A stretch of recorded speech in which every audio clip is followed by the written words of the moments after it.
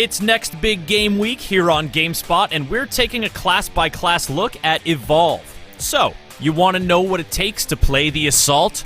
A huge swinging pair, that's what, of guns, to kill the horrible monster with. What did you think I meant? As one of the three Assault characters, Hyde focuses on dealing damage, and dealing more damage, preferably in an up-close and personal kind of way. It takes a special kind of crazy to want to get all up in this squid demon's face, and once you go there, I mean really get in there, you'll never look at calamari the same way again. The aforementioned pair of weapons are a minigun and a flamethrower, which pretty much makes you a combination of every badass action hero ever to grace the silver screen. When you're on the hunt, it's best to keep old Flamey in your pocket and brandish the minigun. Lil Mini is effective at longer ranges and as such is almost always your first choice for first engagement with your prey. If you start getting guff from the local wildlife or spot an elite creature that'll give you and your fellow hunters a helpful perk, the generous bullets per minute of the minigun should take care of things nicely. Of course, if the critters get too close, it's time to light them up!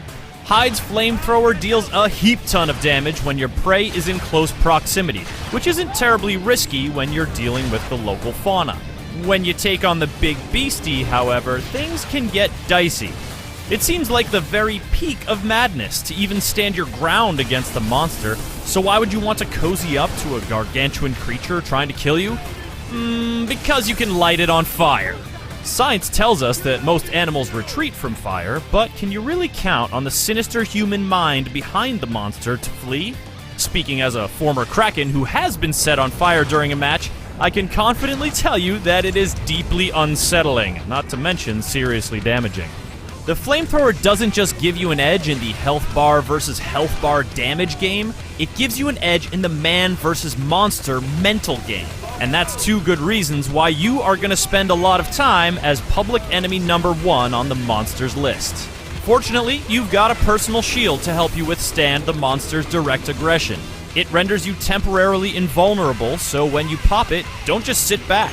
If it's playing coy and hassling you from a distance, as the Kraken loves to do, chuck your toxic grenades to flush it out of its advantageous position. These gassy clouds are good for compounding damage, like when the monster is harpooned, or for keeping it away from downed allies waiting to be revived. That's about as tactically complex as Hyde gets, and if you keep heaping on the damage, you'll be doing just fine.